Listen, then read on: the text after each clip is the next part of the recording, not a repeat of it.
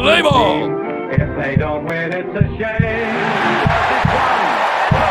they fight you out of the old ball game. What's up, guys? Tito round trippers from the Abraham Drinking Show. Quick sound check. We're green. All right. Coming at you for episode 7 of season 2 of Tito Talking Tribe. Happy Sports Sunday. We really got the North Coast in the spotlight here as 7 p.m. The Guardians take on the Phillies. It is Zach Wheeler on the hill for the Phillies versus Luis Ortiz of the Guardians at 7 o'clock. And then the Cavs at 8 o'clock. Pivotal game 4 is stayed away in Indiana against the Pacers, trying to even that series. But, baseball show that we are. Onward to Talking Tribe. It was another good week for us. We're doing this show before the Sunday game, and we had the Thursday off day. So as it stands right now, it's a 3-2 week. We took 2 of 3 from the Nationals, and we were in every game that series, despite not really getting one good game from our rotation. So thought that was a great series for our offense, sort of to pick our starters up and, win some 8-6 ugly type games and whatever. So we took 2 of 3 from the Nationals. We had a lot of trouble in doubleheaders last year. We split a doubleheader and then took the defining rubber match after splitting said doubleheader. So, and then so far we've split with the Phillies. I was at the ballpark Friday night, and Manzardo and Ramirez hit homers off Aaron Nola. Now, mind you, Nola's not having a vintage year, but he is a high-caliber, very intimidating pitcher, and it's always good when you get multiple dingers off a guy like that. So it was nice to get to the ballpark. It was nice to see kind of a glamorous, popular NL-type team in the Phillies. Not that I'm like a Phillies fan, but they don't get here that often, so it was nice to come see them, and it was nice to beat them 6-0. A beautiful day at the park. I wanted to mention to make sure to check out Abraham Drinkin's General Content Show tomorrow, every Monday at 6 o'clock from the Lincoln Lounge. Abraham Drinkin does their General Content Show. Normally, Tito Talking Tribe at 8:30, but like I said, with our great city being blessed with 2 different primetime games, we moved this up to 6:30 this week. Every week, towards the beginning of the show, we salute a Cleveland Indians/Guardians franchise icon. Today, a man of many affectionate nicknames, Grover, the Human Rain Delay. Mike Hargrove played for the, at the time, Indians from 79 to 85. Managed us from 91 to 99. He was 130 games over 500 during his time managing us, winning 199 and 97 games in his heyday in the late 90s. 94 was the strike season, with the interruption to the end of the season, and then 95 started late. From 95 to 99, he won the AL Central every year, and like I said, racked up win totals of 100 in a strike-shortened year, 99 and 97. So we'll grab the harder stuff for that. Salute to franchise icon today, Grover, a.k.a. the Human Rain Delay, a.k.a. Mike Hargrove. So, another positive week for the Tribe. We're hoping that we can take down Wheeler and get another good performance from Ortiz. Seems like Ortiz has been a little better in night games than day games so far, because I've already seen a couple of rough games during the day from Ortiz. So maybe he got lucky with this happening to be a night game, even though it's Sunday. We're missing some bats, our starting pitchers. Really racking up the strikeouts. Ortiz, not necessarily known as a strikeout pitcher per se. He has 40 strikeouts and even 40 strikeouts in 37.1 innings. Gavin Williams has had his ups and downs in overall numbers and effectiveness, but he had a great game Friday, outdueling Aaron Nola, and he is striking out 45 in 37. So we are definitely missing some bats. We are hoping to get some more strikeouts from Bibee. Bibee only struck out 31 in 45 innings.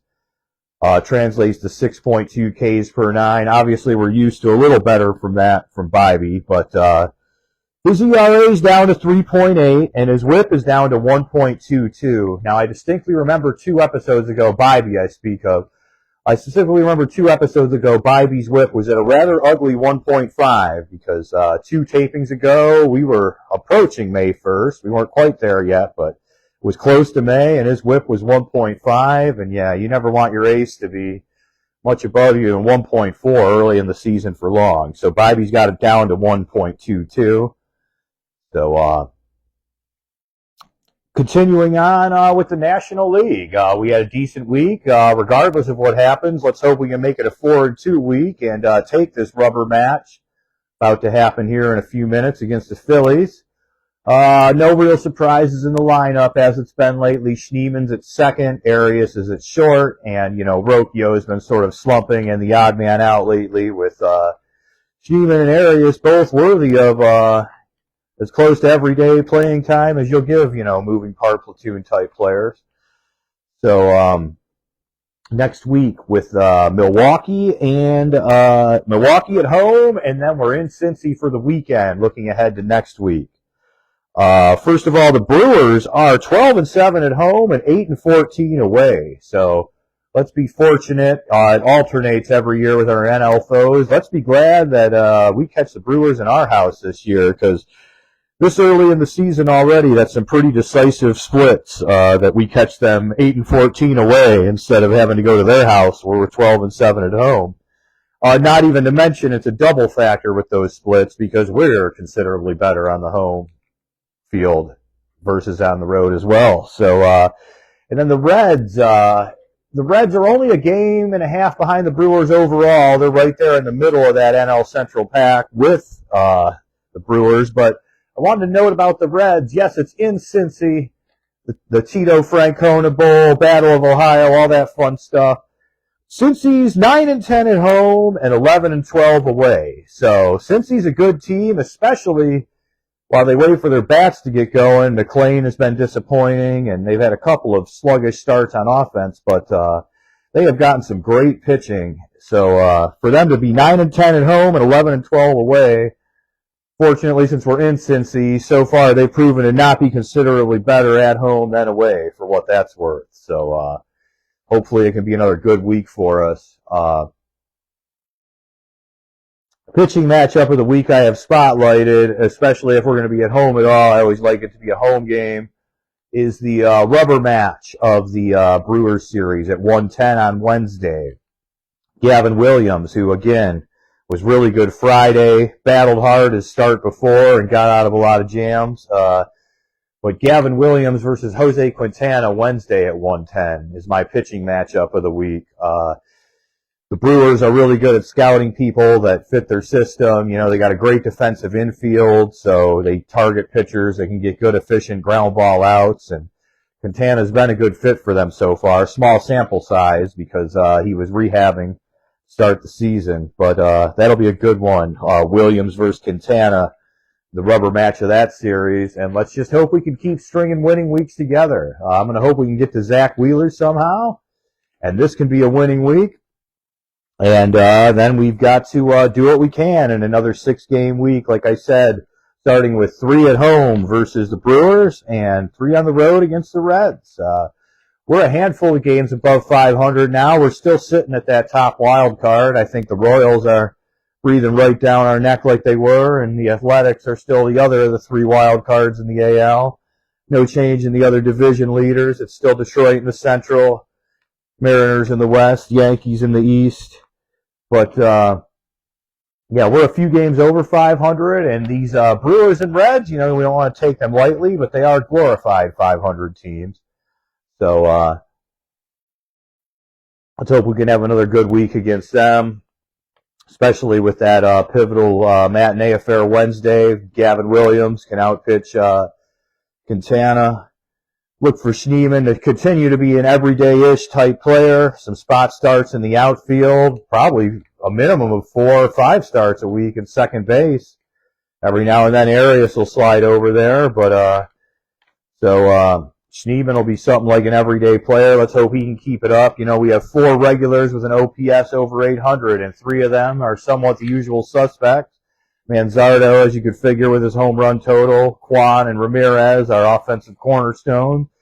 And then Schneeman right now, also above 800. So we got 4 people with an on-base plus slugging over 800 now.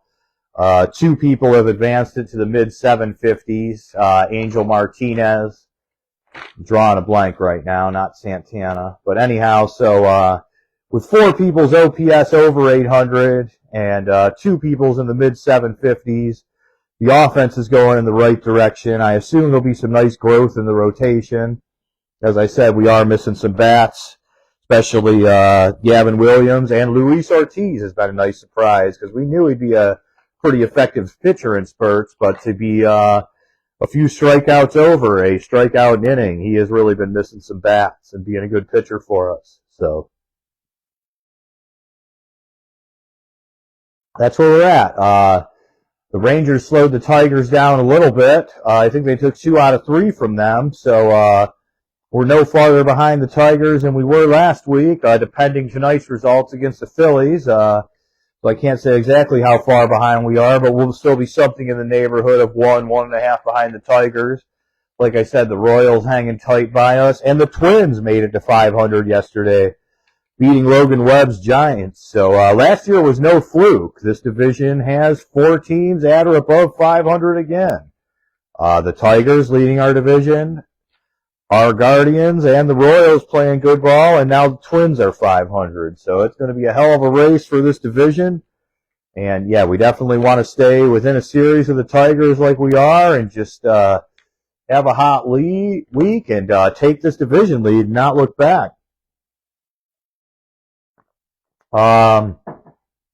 Imminent promotions, I don't really know. You know, Will Wilson is already here. We had set up Angel Martinez, so there's always surprises, but I don't really have any speculation of imminent promotions. Let's just enjoy this week against the National League and enjoy this primetime spotlight. Like I said, if we could take down Zach Wheeler and the Phillies in the rubber match of this series, it would be a heck of a series win. It would be another winning week for our Guardians, and it would put us just right under them Tigers, breathing down them for first place. So, yeah, go Cavs in Game 4 at 8 o'clock, and go Tribe at 7 o'clock. We'll wrap this up and let people get ready for the start of the game. Again, we are the game of the week against the Phillies at 7 on ESPN. So, go Tribe. Let's keep winning, and let's not let Detroit relax at all. Stay right on them in this division chase. Play ball! If they don't win, it's a shame.